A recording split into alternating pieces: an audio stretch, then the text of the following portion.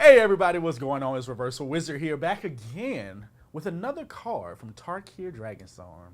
And being Sultai Daddy, we've got to talk about the Sultai-ness of it all. That's right, we're talking about Teval, Arbiter of Virtue. For two colorless, a black, a green, and blue, we get a legendary spirit dragon, 6/6, flying lifelink. Spells you cast have delve, and whenever you cast a spell, you lose life equal to its mana value. This card is insane. The value on this card is bar none. I'm thinking that this card works perfectly in a mill strategy because why? With Delve, we have to exile cards out of our graveyard to reduce the cost of the cards in our hand.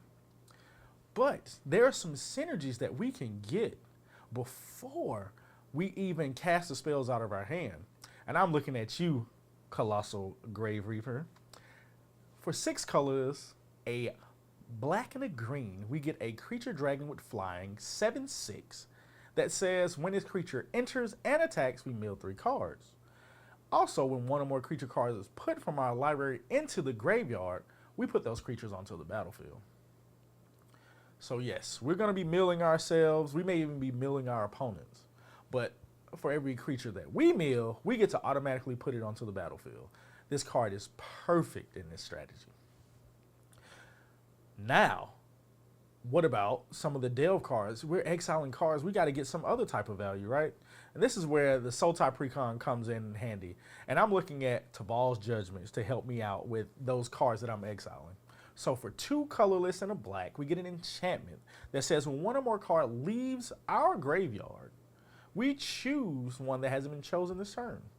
We get to draw a card, create a treasure token, or we get a 2/2 black zombie druid creature token. Perfect for those cards that we're just milling away to pay for our bigger and splashier spells. We're still getting something out of those cards leaving the graveyard, even though we're not getting their effects. This card goes perfect. You've heard of Life from the Loam. What about Afterlife from the Loam? For 5 colorless and 3 black, we get a sorcery with Delve. For each player, choose up to 1 target creature card in that player's graveyard. Put that creature onto the battlefield under your control. They're zombies and additional to their other types. This is perfect. Since we're going to probably be milling our opponents and milling ourselves, we're going to take their best creature that's in their graveyard and just go crazy.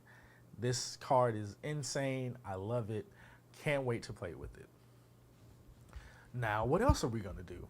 We've got to figure out some ways to get more value out of our deck. Glarb. Glarb is going to allow us to look at the top of our deck to cast those cards that are 4 mana or greater. It's going to allow us to surveil, to put things into the graveyard, to trigger other strategies. And yeah, Glarb is just perfect in this deck because we have access to every part of our deck. We have access to the cards in our hand, we have access to the cards in our library, and we'll have access to the cards in our graveyard as well. So this card is perfect. Another great card in here, we're going to be milling lands, and we don't want to miss those lands drop, so Head Shredder. Head Shredder goes perfect. As we're putting more cards into the graveyard, Head Shredder can trigger and get the lands that we mill in there, put in that, and then put them onto the battlefield tap. And then we also have the dragon that's reanimating our creatures. Perfect synergy.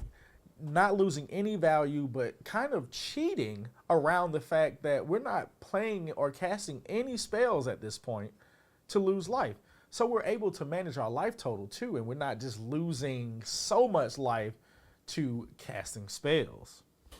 So as we're milling ourselves and milling our opponents, we don't want them to get the value of having cards in their graveyard because we all know that in Magic that the graveyard is like a second hand.